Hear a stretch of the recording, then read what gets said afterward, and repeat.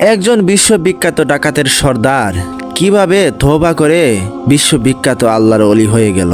ওই ডাকাতের সর্দার জঙ্গলের ভিতরে সে ডাকাতি করতে বের হয়ে গেল। তার ডাকাতের দল ডাকাতি করতে বের হয়ে গেল।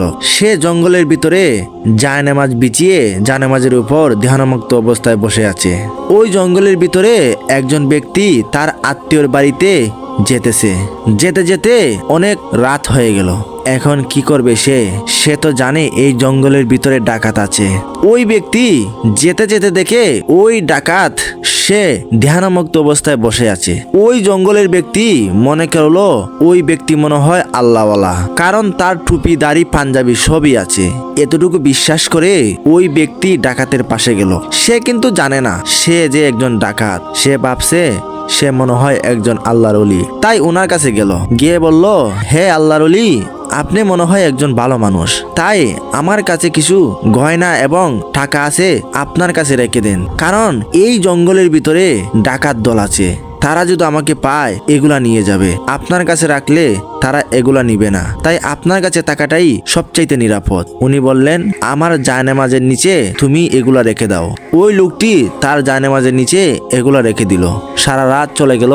সকাল যখন হলো, ওই লোকটি দেখতেছে ওই আল্লাহওয়ালার পাশে ডাকাত দল আসতেছে। আসার পরে তাদের সবকিছু ওই ডাকাতের জায়নামাজের সামনে রাখলো। সবাইকে তিনি ডাকাতের মাল বন্টন করে দিতেছেন এবং সবচেয়ে বড় বাটটা উনি নিজের জন্য রেখে দিলেন। ওই লোকটি বুঝতে বাকি রইল না আর যে উনি হলেন সবচাইতে বড় ডাকাত। বাঘের হাতে ছাগল বন্দি দিয়েছি। ওই লোকটি এবার বুঝে ফেললো যার কাছে আশ্রয় নিয়েছিলাম সেই একজন বড় ডাকাত। এখন ওই লোকটি ভয়ে কাঁপতেছে। এবার ওই লোকটি চলে যাইতেছে আর মনে মনে ভাবতেছে, আমি যেহেতু চলে যাচ্ছি আমাকে তো কিছু বলছে না, তো একবার বলে দেখি আমার গয়নাগুলা আমাকে নিয়ে দিয়ে দে। উনি ভয়ে ভয়ে ওই আল্লাহর ওলি যিনি ডাকাত ওনাকে বলল, সর্দার মনে কিছু করবেন না, আমার যে আমানতগুলা সম্পদগুলা আপনার কাছে রেখেছিলাম এগুলা কি দিবেন? যদি দেন তাহলে দেন, যদি না দেন তাহলে আমি কিছু বলবো না। উনি ভয়ে ভয়ে এই কথা বলতেছে। ওই ডাকাত লোক বলতেছে, তোমার যেই সম্পদ তোমার যেই গহনাগুলা রেখেছো এগুলা তো আমি দেখি নাই, নিয়ে নাও এগুলা। এমনি ডাকাতের দলগুলা সর্দারের দিকে এক পলকে তাকিয়ে আছে আর বলতেছে, ওস্তাদ আপনি এটা কি করতেছেন? আপনার হাতের কাছে পেয়েও আপনি এগুলা দিয়ে দিচ্ছেন? আমরা সারা রাত কষ্ট করে নিয়ে এসেছি, আপনার হাতের কাছে সম্পদ, এগুলো কেন দিয়ে দিতেছেন? উনি বলেন, তোমরা কথা বলো না। উনি এই লোকটিকে বলতেছেন, তুমি তোমার সম্পদগুলা নির্ভয়ে নিয়ে যাও। ওই লোকটি তার যে গহনা টাকাগুলা এগুলা নিয়ে চলে গেল। এখন তার সঙ্গীরা ওই ডাকাতের সর্দারকে বলতেছে, হে উস্তাদ আপনি এটা কি করলেন? উনি কি আপনার বন্ধু? ডাকাত বলেন, না। উনি কি আপনার কোনো আপনজন? বলতেছে, না।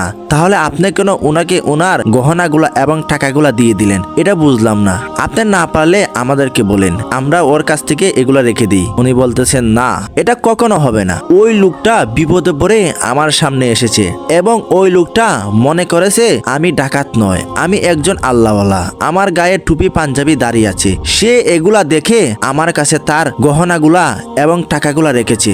শুকরান, এখন যদি আমি তার সাথে বেঈমানি করি, তার গহনাগুলো আমি রেখে দেই, তাহলে সে অন্য কোনোদিন একজন নবীর সুন্নত এবং দাড়িওয়ালা আলেমকে যদি দেখে সে বলবে উনিও মনে হয় ডাকাত। তাই আমি নিজে খারাপ হতে পারি, আমি নিজে ডাকাত হতে পারি, আমার নবীর সুন্নতকে আমি অপমান বেইজ্জত করতে পারি না, কারণ সে আমার নবীর আদর্শ সুন্নত দেখে আমার কাছে এগুলা রেখেছে। সুতরাং আমি নিজে খারাপ হতে পারি, আমার নবীর সুন্নতকে আমি খারাপ হতে দেব না। এই জন্য আমি ওর টাকা পয়সা গহনা যা ছিল সব দিয়ে দিয়েছি। আমার আল্লাহ এগুলা দেখেছেন। দেখার পরে আমার আল্লাহ বলতেছেন, হে ফেরেশতারা, আমার ওই ডাকাত তার নামটা হেদায়েতের পাতায় লিখে দাও। ওই ডাকাত একদিন রাস্তা দিয়ে যেতেছে, হঠাৎ করে দেখে একটা ছোট ঘর থেকে কোরআনের আওয়াজ আসতেছে। ওই কোরআনের আয়াতের অর্থ এই ছিল, হে ইমানদারেরা, এখন কি সময় হয় নাই তোমাদের অবৈধ পথ থেকে ফিরে আসার জন্য? এখনো সময় আছে, তোমরা অবৈধ পন্থা থেকে আল্লাহর দিকে ফিরে আসো। ওই ডাকাত এই কোরআনের আয়াত শোনার পর তার দিলের মধ্যে একটা ধাক্কা লাগলো, সে কেঁপে উঠলো। ওই ডাকাত এখন ওই ঘরের দিকে লক্ষ্য করে হাঁটতে থাকে। হাঁটতে হাঁটতে ওই ঘরের পাশে গেল। যাওয়ার পরে দরজার মধ্যে নক করলো। ভিতরে ছিল ইমাম সাহেব। সে বলতেছে, কে? ওই ডাকাত বলতেছেন, আমি। বলে, তোমার নাম কি? বলে, আমার নাম হুজাই ইবনে আয়াত, আমি ডাকাত। যেই এই কথা বলেছে ওই ইমাম সাহেব কম্পন শুরু হয়ে গিয়েছে, ভয় শুরু হয়ে গিয়েছে। ইমাম বলতেছে, ও সর্দার, আপনি কেন ওখানে এসেছেন? আমি কি অপরাধ করেছি? আমার কাছে কেন আপনি এসেছেন? নিশ্চয়ই আমাকে আপনি মারার জন্য এসেছেন। আমার মনে হয় কোনো ভুল হয়েছে। এমনি ইমাম সাহেব বলে, না, আমি দরজা খুলবো না। ওই ডাকাতের সর্দার বলতেছে, দরজা যদি না খুলো তাহলে আমি ভেঙ্গে ঢুকবো, তখন তোমাকে আমি হত্যা করব। ইমাম সাহেব বলল, আপনি দরজা ভাঙবেন না, আমি খুলে দিচ্ছি। তখন দরজা খুলে দেওয়ার পর ওই ডাকাত বলল, হে ইমাম সাহেব, আপনি কি পড়েছিলেন?